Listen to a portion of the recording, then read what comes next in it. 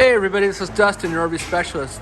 So today we're working on a 2018 Grand Design Reflection. It's a 31 BHS, and the bunkhouse got hit on the side of the freeway.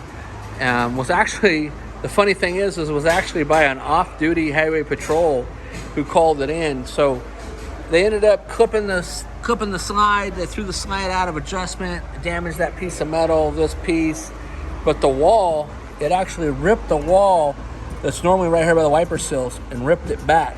So it tweaked the wall, pulled it loose, and it caused it to fracture up top in the corner. So today we're actually just making a temporary repair. We're gonna be taking the wall and shifting it back in place, secure it, replace the little piece of broken metal with a light just to get the folks back on the road. And then they're gonna come back and we'll get it all repaired correctly under the insurance. So stay tuned for more, and we will show you more of what's going on in the shop.